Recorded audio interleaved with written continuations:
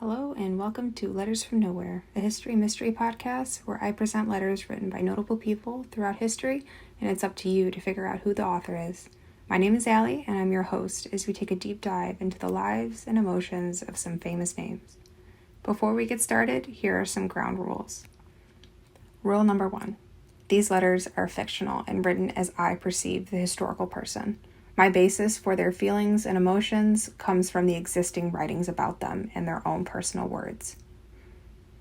Rule number 2. Each person I present is no longer living, so that rules out any current notable people. Rule number 3. A link to a poll will be included in each episode description to submit your guess. You will then receive an email with the correct answer to the previous letter. Season 1, Episode 1. Ignorance.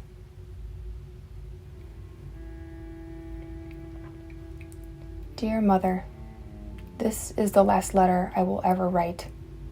In my last moments of comfort, I wish to seek counsel from you. These 4 walls threaten to close in on me before I've even had my chance at the chopping block. I must confess that I feel like a boat, riding the waves of the ocean. The wind tries to push me one way, and the water tries to push me the other way. In the end, I'm the one that's blasted to pieces. I was perfectly content living the rest of my life with my books and my husband. You knew this more than anyone, despite you and Father never agreeing with me. There is so much more purpose in the pursuit of knowledge and enlightenment. Throwing those parties every other day was trivial. What were you hoping to gain? I wish you too could have seen the world the way I do. Did you know that those nobles were relentless, talking to me as if my only purpose is to carry an heir? Why were they more interested in my body than in my mind? Nevertheless, in my final letter to you, I wish not to argue. What was my cousin thinking? The answer was that he wasn't thinking at all. I was not taught to be a ruler or a politician. I must admit that there are other claims that are stronger than mine. If he truly thought I was the rightful heir to the throne, I will not be the one to defy him. I understand that the religion of the people must stay intact because it is God's will. Through him, God chose me for this task, and I would have done it. In a matter of seconds, dozens of men shipped me to the castle and tried to place the crown on my head. I refused at first, but who am I to decline the honor, the last will and testament of the king? As a result of my foolishness, I am here, stuck in this tower.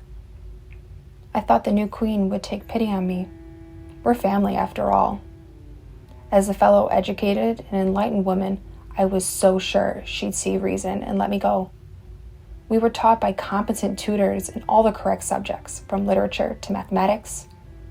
My thoughts never wandered to my imminent death. In my eyes, I'm as innocent as a newborn lamb. Why couldn't she see the situation the way I do? Let's drop any pretenses. Mother, I'm scared. My hands keep shaking and I don't know how to make them stop. My breathing comes quick and I'm sweating profusely. I don't want to die. Not this soon. There's so much of this world that I don't know. So many books that I have not read. Mother, why is this happening to me? What did I do to deserve such treatment? I will die ignorant, which is the most shameful thing I could do. I must ask you, do you think it would hurt? Will I feel anything at all, or just pass instantly? My husband's waiting for me in heaven.